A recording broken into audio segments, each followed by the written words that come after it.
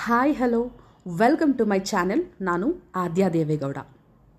ಪ್ರತಿಯೊಂದು ಊರಲ್ಲೂ ಜಾತ್ರೆ ನಡೆಯುತ್ತೆ. ಜಾತ್ರೆ ಅಂದರೆ ಬಹಳನೇ ವಿಶೇಷ ಇರುವಂತಹ ದಿನ.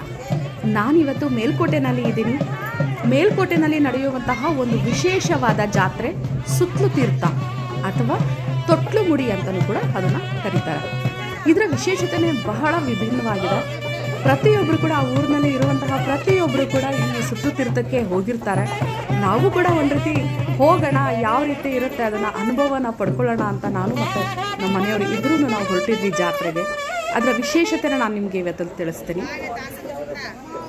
ಈ ಜಾತ್ರೆ ವಿಶೇಷ ಅಂತ ಹೇಳಿದ್ರೆ, ಯಾರಿಗೆ ಮಕ್ಕಳು ಆಗಿರೋದಿಲ್ಲ, ಮಕ್ಕಳ ಫಲ ಬೇಕು ಅಂತ ಅನಿಸುತ್ತೆ, ಅವರು ಅರ್ಕೆಯನ್ನು ಮಾಡಿಕೊಳ್ಳುವಂತಹ ಜಾತ್ರೆ.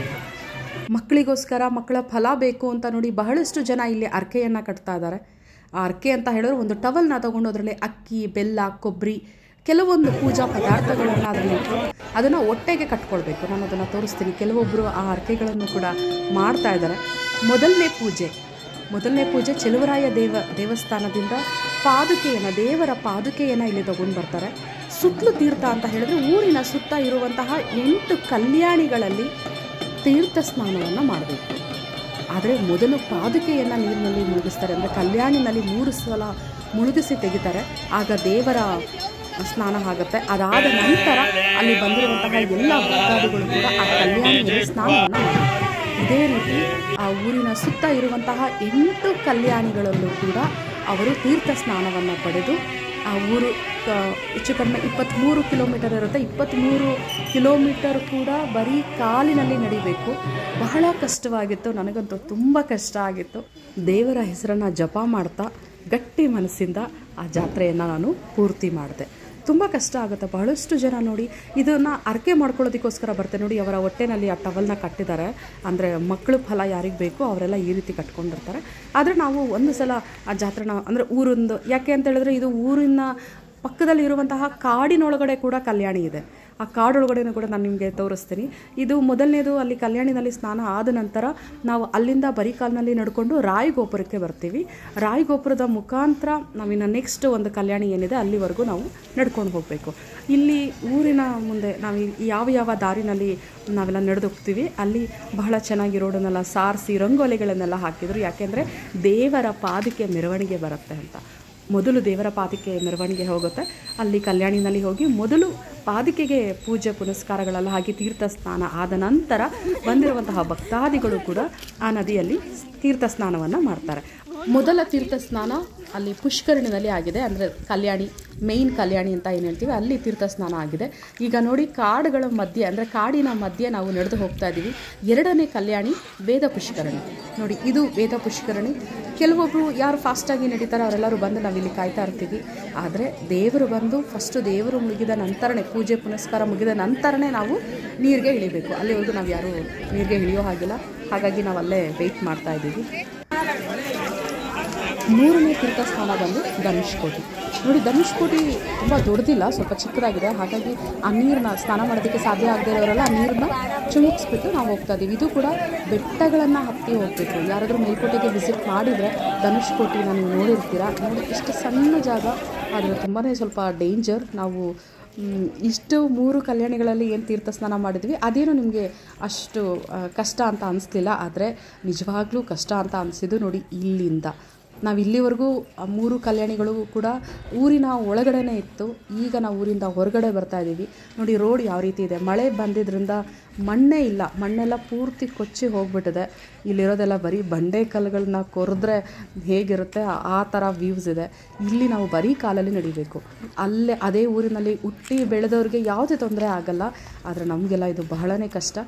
ಆದರೂ ನಾವು ಕಷ್ಟ ಅಂತ ಅಂದ್ಕೊಳ್ಳದೆ ಧೈರ್ಯ ಮಾಡಿ ಮುಂದೆ ಹೋಗ್ತಾ ಇರಬೇಕು. ನೋಡಿ ರೋಡ್ ಹೇಗಿದೆ ಅಂತ. ಇಲ್ಲಿ ನಾವು ಬರೀ ಕಾಲಲ್ಲಿ ನಡೆಯೋದು ತುಂಬಾ ಕಷ್ಟ. ಇನ್ನು 26 ಕಿಲೋಮೀಟ್ರ್ ಹೇಗೆ ನಡೆಯೋದು? ಸೊ ನಾವು ಧೈರ್ಯ ಮಾಡಲಿ ಹೋಗಲೇಬೇಕು. ಆದರೂ ಇದರ ಪ್ರತಿಫಲ ಮಾತ್ರ ಸಿಕ್ಕೇ ಸಿಗತ್ತೆ ನಮಗೆ ಯಾವಾಗಲೂ. ಹಾಗೆಯೇ ಇದರಲ್ಲಿ ಮಧ್ಯ ಯಾರು ಹರಕೆ ಮಾಡೋರಿಗೆ ತುಂಬ ಜನ ಬರ್ತಾರಲ್ಲ, ಸೊ ಕೆಲವೊಂದು ಹರಕೆಗಳನ್ನು ಕಟ್ಕೊಂಡಿರ್ತಾರೆ ಅವರು. ನಮಗೇನಾದರೂ ಈ ಕೆಲಸ ಆದರೆ ಇಲ್ಲಿ ಯಾರು ಸುತ್ತಲೂ ತೀರ್ಥಕ್ಕೆ ಬರ್ತಾರೆ ಅವರಿಗೆ ಒಂದಷ್ಟು ಪ್ರಸಾದಗಳನ್ನು ನಾವು ಕೊಡ್ತೀವಿ ಅಂತ ಹರಕೆ ಮಾಡ್ಕೊಂಡಿರ್ತಾರೆ. ಹಾಗಾಗಿ ಮಧ್ಯ ಮಧ್ಯ ಒಂದು ಅರ್ಧ ಕಿಲೋಮೀಟರ್ 1 ಕಿಲೋಮೀಟರ್ ಡಿಸ್ಟೆನ್ಸ್ಗೆಲ್ಲ ನಿಮಗೇನಾದರೂ ಒಂದು ಆಹಾರ ಸಿಗ್ತಾ ಇರುತ್ತೆ. ಅಂದರೆ ಪ್ರಸಾದದ ರೂಪದಲ್ಲಿ ನಮಗೆ ಸಿಗುತ್ತೆ. ಕೆಲವೊಬ್ಬರು ನೀರನ್ನ ಕೊಡ್ತಾರೆ, ಕೆಲವೊಬ್ಬರು ಅವ್ರ ತೋಟದಲ್ಲಿರುವಂತಹ ಎಳ್ನೀರನ್ನ ಕೊಡ್ತಾರೆ. ಹಾಗೆಯೇ ಕೆಲವೊಬ್ಬರು ಪ್ರಸಾದನ ಮನೆಯಿಂದ ಮಾಡ್ಕೊಂಡು ಬಂದಿರ್ತಾರೆ. ಆದರೆ ಇಲ್ಲಿ ಮಕ್ಕಳು ಫಲ ಬೇಕು ಅಂತ ಯಾರು ಹರಕೆ ಮಾಡ್ಕೊಂಡಿರ್ತಾರೆ ಅವ್ರು ಮಾತ್ರ ಕೊನೆ ತೀರ್ಥ ಯಾವುದಿದೆ ಅದು ಮುಗಿದು ಯೋಗ ನರಸಿಂಹಸ್ವಾಮಿ ದೇವರ ದರ್ಶನ ಪಡೆಯೋವರೆಗೂ ಏನೂ ತಿನ್ನೋ ಹಾಗಿಲ್ಲ. ಆದರೆ ನಮಗೆ ಆ ರೀತಿ ಏನೂ ರೆಸ್ಟ್ರಿಕ್ಷನ್ ಇಲ್ಲದೆ ಇರೋ ಕಾರಣ ಯಾರ್ಯಾರು ಏನೇನು ಕೊಟ್ಟರು ಎಲ್ಲನೂ ತಿಂತಾ ಹೋಗ್ತಾ ಇದ್ದೆ. ಬಟ್ ನಡೆಯೋದಕ್ಕೆ ನಮಗೆ ಬರೀ ರೋಡಲ್ಲಿ ನಡೆದು ಅಭ್ಯಾಸನೇ ಇರೋದಿಲ್ಲ, ಬರೀ ಕಾಲಲ್ಲಿ ನಡೆದು ಅಭ್ಯಾಸ ಇರೋಲ್ಲ. ಸ್ವಲ್ಪ ಕಷ್ಟ ಆಯಿತು. ಆದರೂ ಕೂಡ ಮತ್ತೆ ಆಂಜನೇಯನಿಗೆ ಒಂದು ನಮಸ್ಕಾರ ಹಾಕಿ ನನಗೆ ಶಕ್ತಿ ಕೊಡು ಅಂತ ಕೇಳಿ ನಾವು ಮತ್ತೆ ನಮ್ಮ ಪಯಣವನ್ನು ಮುಂದುವರಿಸಿದ್ವಿ. ಮುಂದಿನ ನಮ್ಮ ಪಯಣ ಬಹಳಷ್ಟು ತೀರ್ಥಗಳಿದೆ. ಪ್ರತಿಯೊಂದು ಕಲ್ಯಾಣಿಗೂ ಕೂಡ ಒಂದೊಂದು ಹೆಸರಿದೆ.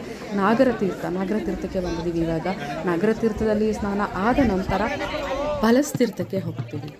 ಇಲ್ಲಿ ಪೊಲೀಸ್ ಪ್ರೊಟೆಕ್ಷನ್ ಕೂಡ ನೀವು ನೋಡ್ತಾ ಇರ್ಬೋದು. ಯಾಕೆಂತ ಹೇಳಿದ್ರೆ ದೇವಸ್ಥಾನದಿಂದ ಬಂದಂತಹ ಪಾದುಕೆ ಇದೆ, ಅದ್ರ ಜೊತೆಗೆ ಬಹಳಷ್ಟು ಜನ ಬರೋದ್ರಿಂದ, ಹಾಗೆ ನದಿಯಲ್ಲಿ ಸ್ನಾನ ಮಾಡುವಂತಹ ಪದ್ಧತಿ ಇರೋದ್ರಿಂದ ಯಾರಿಗಾದರೂ ಏನಾದರೂ ತೊಂದರೆ ಆಗ್ಬೋದು ಅನ್ನೋ ಕಾರಣಕ್ಕೂ ಏನೋ ಗೊತ್ತಿಲ್ಲ, ಆದರೆ ಪೊಲೀಸ್ ಪ್ರೊಟೆಕ್ಷನ್ ಮಾತ್ರ ಇರುತ್ತೆ. ಅವರು ಕೂಡ ಒಂದು ರೀತಿ ನಮ್ಮ ಜೊತೆ ಸುತ್ತತೀರ್ಥ ಮಾಡ್ತಾಯಿದ್ರು ಅಂತಲೂ ಹೇಳ್ಬೋದು.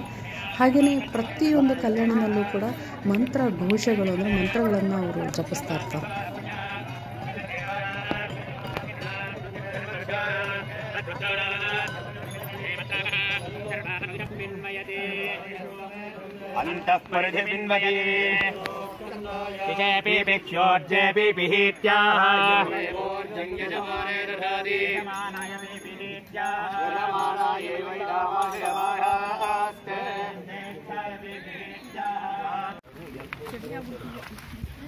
ಪ್ರತಿ ಕಲ್ಯಾಣಿನಲ್ಲೂ ತೀರ್ಥ ಸ್ನಾನ ಆದ ನಂತರ ನಾವು ಯಾವುದೇ ರೀತಿ ಡ್ರೆಸ್ ಚೇಂಜ್ ಮಾಡೋ ಹಾಗಿಲ್ಲ ಅಥವಾ ಅದನ್ನು ಒರೆಸ್ಕೊಳ್ಳೋ ಹಾಗೂ ಇಲ್ಲ.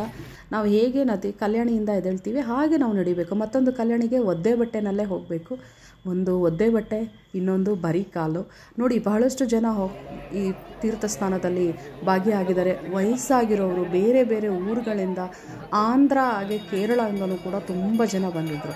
ಆಂಧ್ರನಲ್ಲಿರುವಂತಹ ಬಹಳಷ್ಟು ಜನ ಈ ದೇವರ ಈ ಸುತ್ತು ತೀರ್ಥವನ್ನು ಪ್ರತಿ ವರ್ಷ ಬರ್ತಾರೆ. ಅವ್ರಿಗೆ ಯಾವುದೇ ರೀತಿ ಹರಕೆ ಇಲ್ಲ, ಏನೂ ಇಲ್ಲ. ಆದರೂ ಪ್ರತಿ ವರ್ಷ ಈ ಜಾತ್ರೆಗೆ ಬರುವಂತಹ ಅಭ್ಯಾಸ ಕೆಲವೊಂದು ಕುಟುಂಬಗಳಲ್ಲಿದೆ. ಅವರೆಲ್ಲರೂ ಪ್ರತಿ ವರ್ಷ ಬರ್ತಾಯಿದ್ದಾರೆ. ಈಗ ಕೆಲವೊಬ್ಬರು 18 ವರ್ಷ, 20 ವರ್ಷ, 25 ವರ್ಷ ಆಗಿದೆ. ಸೊ ಅವರು ಪ್ರತಿ ವರ್ಷ ಬರುವಂತಹ ಹರಕೆಯನ್ನು ಮಾಡ್ಕೊಂಡಿರ್ತಾರೆ ಅನಿಸುತ್ತೆ. ಸೊ ಹಾಗಾಗಿ ಅವರು ಪಾಲ್ಗೊಳ್ತಾ ಇದ್ದಾರೆ.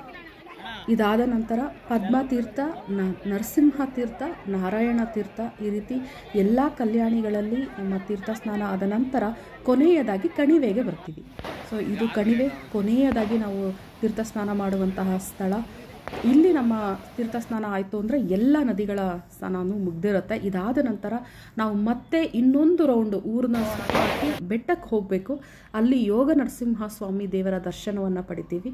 ಯಾರ್ಯಾರು ಇಲ್ಲಿ ಬೆಳಗ್ಗೆ ಹರಕೆಯನ್ನು ಕಟ್ಟಿರ್ತಾರೆ, ಅವರು ಮುಡ್ಲಕ್ಕಿನ ತಂದಿರ್ತಾರಲ್ಲ, ಅದನ್ನು ಯೋಗ ನರಸಿಂಹಸ್ವಾಮಿಗೆ ತಲುಪಿಸ್ಬೇಕು.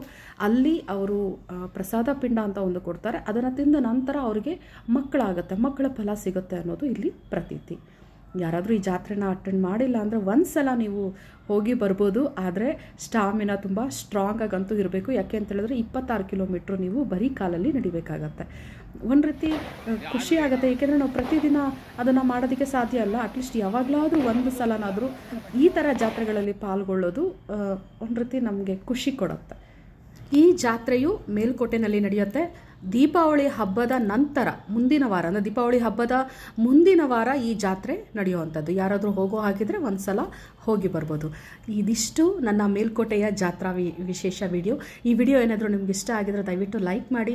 ಹಾಗೆ ಯಾರು ಇದುವರೆಗೂ ನನ್ನ ಚಾನಲ್ಗೆ ಸಬ್ಸ್ಕ್ರೈಬ್ ಆಗಿಲ್ಲ, ಪ್ಲೀಸ್ ಸಬ್ಸ್ಕ್ರೈಬ್ ಮಾಡಿ ನನಗೆ ಸಪೋರ್ಟ್ ಮಾಡಿ. Thank you.